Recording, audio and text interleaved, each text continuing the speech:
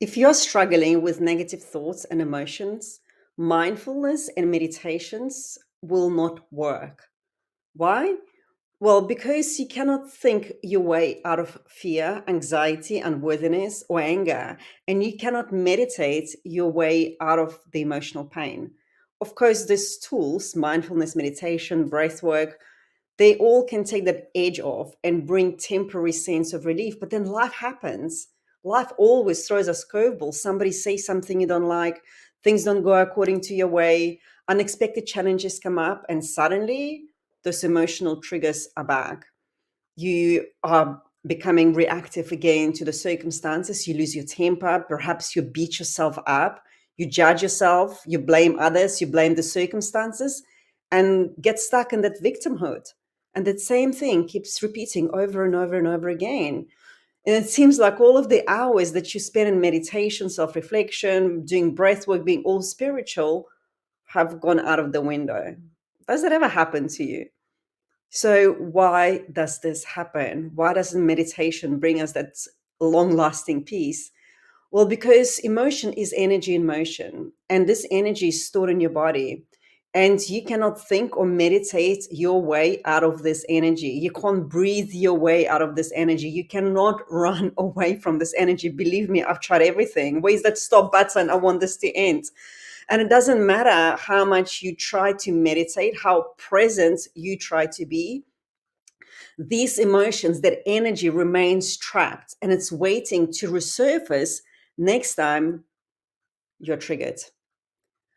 I know that nobody likes feeling those overwhelming emotions. And believe me, I get it. I've been there myself and going through the dark night of the soul, which I actually thought was one night, but it's been a couple of years at least, intense periods of spiritual depression where all of the suppressed emotions, the fears came literally crashing down on me all at once.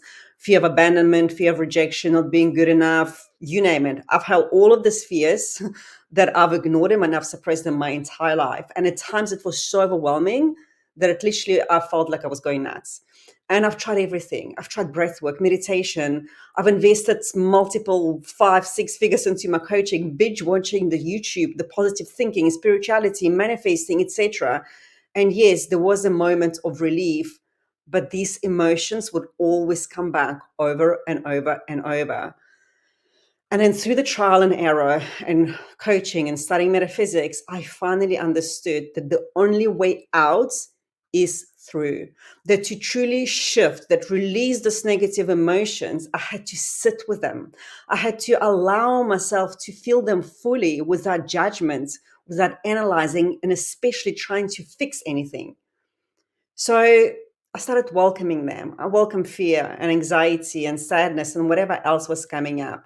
I literally felt that energy moving through my body, and then I would release it, normally through tears. And this is when the shift started happening. You see, it's only by surrendering to your emotions you can really start changing those negative thoughts and reactive behavior that you've been living with your whole life.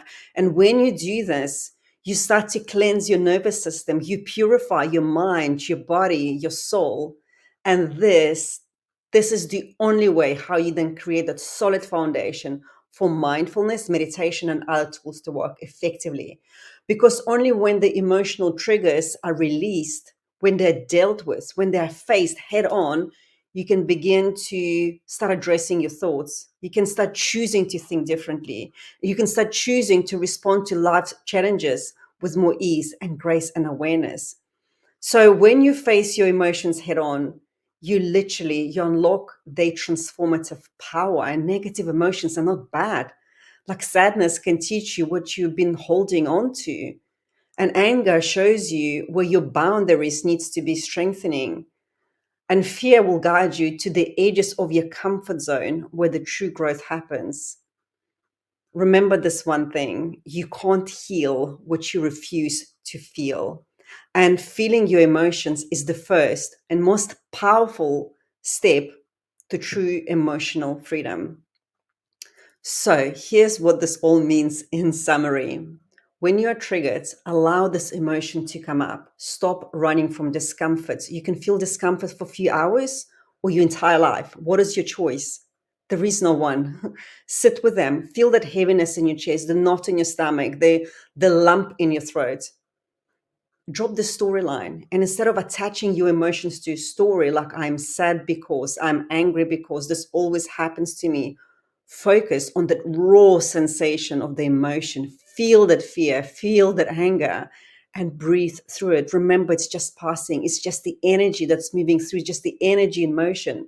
Because when you allow this energy to flow through your body without resisting, that's when you start releasing them. And next time you have this trigger, well, it's not really trigger anymore because you don't feel it, at least not with such intensity.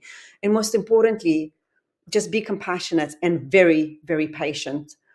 Remember, feeling your emotions is not a sign of weakness. It's the most courageous, self loving act that you can ever do for yourself and also for people in your life. So, if you're struggling with emotional pain, or if you're stuck in a patterns of negative thinking and want more guidance, more support of somebody who's been through it, who's gone through it, I'm here for you. I've shared my contact details below this video. And again, if you need help and support, just reach out.